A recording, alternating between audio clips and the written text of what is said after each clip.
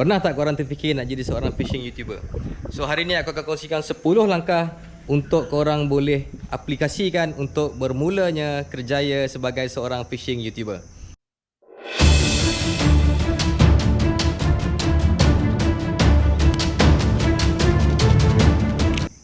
Assalamualaikum warahmatullahi taala wabarakatuh, kawan-kawan. So hari ni aku nak akan sharekan apakah langkah-langkah permulaan yang boleh korang aplikasikan untuk menjadi seorang fishing YouTuber.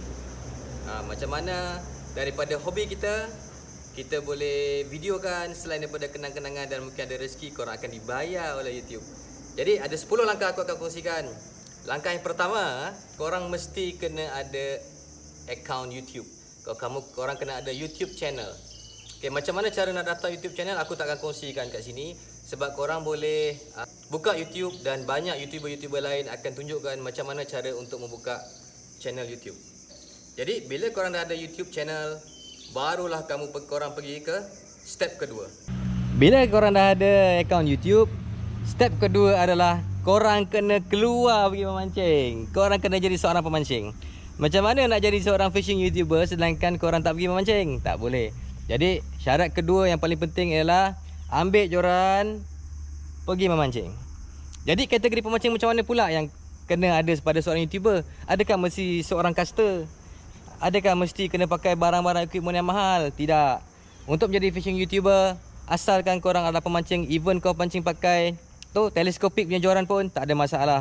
Sebab kalau cuba tengok channel-channel daripada Indonesia, YouTuber-YouTuber Indonesia, dia orang simple je. Letak kamera, rakam, upload, ratusan ribu view. Jadi jangan rasa aku ni macam bottom je, tak sama dengan kau pakai main casting equipment mahal, tak. Bukan begitu ya. Kita buat hobi, kita merakam ni adalah sebab hobi kita. Kita nak memory kan, kita nak simpan memori hobi kita ni. Okey, tu yang kedua. Setelah korang keluar pergi memancing, apa lagi langkah seterusnya? Syarat yang ketiga adalah korang kena ada kamera. Macam mana kau nak rakam kalau tak ada kamera? Kamera macam mana nak kena beli? Jangan susah-susah pening kepala, sebab kalau orang-orang yang dah advance, kalau YouTuber-YouTuber yang dah advance, dia dah banyak pengalaman, dia dah ada banyak duit, dia orang akan pakai DSLR lah. DSLR ni kamera yang cantik, ataupun dia pakai video cam. Tetapi untuk kita sebagai pemancing-pemancing newbie ni, amatur ni, kita nak rakam kita punya aksi-aksi pemancing, kita punya hasil-hasil pancingan kita. Apa kamera kita perlukan? Tuan-tuan janganlah pergi jauh-jauh. Pakai je lah handphone tuan-tuan. Pakai handphone sendiri saja. Saya juga bermula dengan handphone. Saya letak macam inilah. Sekarang pun saya rakam pakai handphone saya saja. Letak saja tripod kat sini, pergi memancing. On je lah kamera ni dan biarkan saja.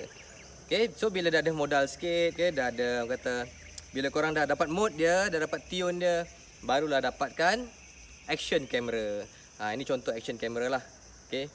So kalau biasanya kalau yang bagus GoPro lah.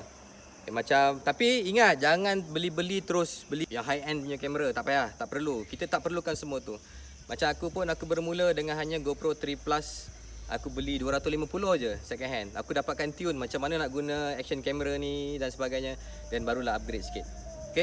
Jadi ingat, step ketiga adalah perlu ada kamera dan rakam apa yang korang mancing, apa saja yang korang mancing. Dah ada kamera kan? Dah ada kamera, dah phone, dah set up. Apakah langkah keempat? Langkah keempat adalah korang kena berani bercakap depan kamera macam aku buat sekarang ni. Bila kita bercakap depan kamera adalah umpama kita bercakap seorang-seorang tau sebenarnya. Tapi macam mana cara kita nak bercakap depan kamera umpama kita sedang berinteraksi dengan orang lain? Ini perlukan sedikit latihan kerana bukan semua orang ada kebolehan untuk bercakap depan kamera. Sebab yalah, orang ni lain-lain. Ada yang memang dilahirkan memang berbakat, ada yang perlu sedikit latihan. Tetapi ia tidak mustahil. Ini perlu ada kerana kalau kita just buat channel dan kita hanya rakam saja tanpa ada interaksi, dia jadi kurang menarik lah. Lama-lama penonton akan kata bosan lah kan. So macam contoh, kita mula-mula datang nak mancing, kita kena intro dulu. Assalamualaikum apa semua kan. Kita kena bercakap depan kamera. So bila dah ada kamera, berlatih bercakap depan kamera. Itu langkah keempat. Baik, langkah kelima.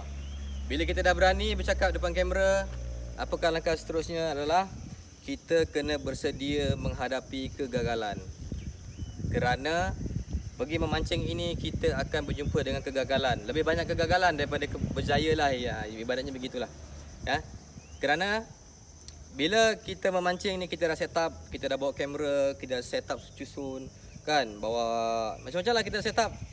So kita kena bersedia. Yang rakaman-rakaman tadi tu hanyalah sia-sia kerana bila tak dapat ikan, kita tak ada apa nak ditunjukkan. So itu paling penting sekali, kita kena tabah. Tabah. Tanyalah YouTuber-YouTuber mana pun, tanyalah majalah wartawan-wartawan pancing pun, berapa banyak kali diorang gagal untuk dapatkan footage-footage yang menarik. So ingat, jangan sesekali kita turun je kita bajet, wah ni mesti dapat ni. Jangan, nanti bila tak dapat kecewa, dah give up. Okay, jangan give up. Teruskan usaha, ya. Langkah seterusnya adalah langkah ke-6. Langkah ke-6 ini, kita kena ada equipment yang mencukupi. Equipment macam mana yang kita katakan mencukupi? Kita kena ada pancing kita lengkap lah. Kita ada jorannya, ada bawa gewang, umpannya semua lengkap. Begitu juga dengan equipment untuk kamera. Terutama kalau action camera. Action camera ni biasanya dia akan satu sifat, bateri dia drain cepat. Jadi kita kena bersedia bawa bateri lah, bateri spare. Kalau macam aku akan bawa, kalau GoPro aku akan bawa 5 biji bateri spare dan juga power bank in case kalau dia habis, cucuk terus cas dengan power bank. Okay, jadi equipment kena cukup. Jangan, sebab momen-momen yang kita rakam ini tidak akan boleh dipatah balik. Contoh kita strike ikan ngam-ngam, bateri kong, bateri habis, banyak kali aku kena. Jadi kita takkan dapat patah balik kan momen tadi tu. Jadi kita kena pastikan kita buat persediaan yang cukup, iaitu kena equipment yang mencukupi. Terusnya langkah ke berapa dah? 7. Okey, ke-7. Langkah ke-7, bila kita dah semua dah ada, kita dah ada video, kita dah ada rakaman, kita dah ada rakaman strike ikan, apakah perkara lagi yang kita perlu? Ada, kita kena mahir. Tak adalah mahir, kita kena pandai lah. Untuk menjadi seorang fishing YouTuber adalah kita kena belajar edit video. Ini perkara ni sedikit susah lah. Macam aku ni bukan seorang yang teknologi savvy. Aku ni bukan orang yang celik IT sangat. Jadi cara dia mudah saja. Kita ada YouTube kan. Kita ada banyak YouTuber di luar sana yang ajar cara untuk edit. Cari je, banyak apps yang simple. Kita edit pakai phone boleh, pakai laptop boleh, komputer kan. Jadi kita kena belajar edit video. Kita start dengan simple dulu, barulah kita akan pergi ke advance. Yang ke-8, bila kita dah upload video kita ke YouTube, cara lain atau perkara yang kita kena ambil tahu, kita kena ambil berat adalah kita jangan terlalu fokus tentang duit. Kita tahu semua orang nak jadi YouTuber ni sebenarnya daripada hobi. Dia nak turn jadi hobi ni, rakaman kita ni, kepada duit. YouTube akan bayar kita. Tapi sebagai permulaan ni, macam aku start daripada 0 subscriber, sekarang baru ada 1000 lebih subscriber. Perjalanan tu sangat perit. Tapi so kita jangan anggap kita upload satu video kita terus dapat puluhan ribu view. Tidak, susah. Perjalanan tu sangat, orang kata, mencabar. Jadi kalau kita terus target, aku nak income aku ribu-ribu ni, 20,000 contoh kan. Jadi jangan bermimpi lah. Kerana itu tidak akan berlaku pada YouTuber yang newbie macam kita ni, amatur macam kita ni. Jadi perlu fokus, dan kita fokuskan, tanam dalam hati niat kita rakam ni pertama sekali adalah sebab kita minat. So bila kita minat, kita akan rajin lah buat video, dan subscriber akan datang sendiri jika konten yang kita buat itu menarik dan memberi manfaat kepada orang lain. Okay, yang ke-9 adalah kita kena fokus pada niche area. Niche area ni maksudnya apakah perkara-perkara kecil yang kita fokuskan. Okay, kalau korang buka YouTube, ada jutaan video, ada banyak video, dan fokus mereka ni berlain-lainan. Ada yang fokus pada cara nak buat YouTube, ada yang fokus pada masakan, ada yang fokus pada pembelajaran, ada yang fokus pada macam-macam. So kita fishing YouTuber, kita dah tentu fokus pada mancing lah.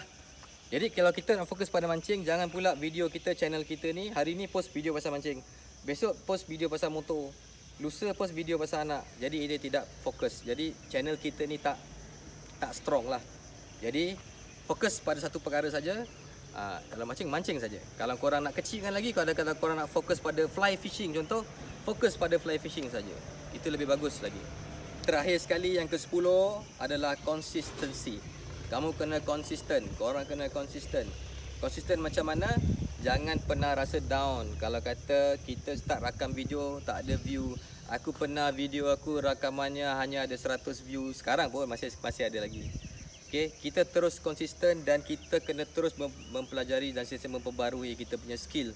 Sampailah kita sampai satu tahap di mana orang tertunggu-tunggu video kita. Aku sendiri secara personally masih belum sampai tahap orang tertunggu-tunggu video aku. Tapi apa yang aku buat, aku cuba memberi, cuba konsisten dengan apa yang aku buat, apa yang aku minat. Teruskan memancing, teruskan perjuangan. Ingat, pertama sekali fokus kita sebab kita minat, kita nak rakam. Dan jika ada rezeki, barulah duit akan datang kepada kita. So itu saja guys, 10 tips untuk korang bermula sebagai seorang fishing YouTuber. So nanti ada apa-apa tips lagi, insyaAllah aku akan kongsikan jika ada masa. Dan sekarang ni aku nak pergi try dulu. Mana tahu sangkut cakap merah seekor 2, aku akan upload lagi video lain. Okay, Assalamualaikum. Kepada yang baru nak subscribe, jangan lupa subscribe channel aku. Dan siapa yang subscribe, terima kasih. Subscribe tanda sokong kawan-kawan. Assalamualaikum.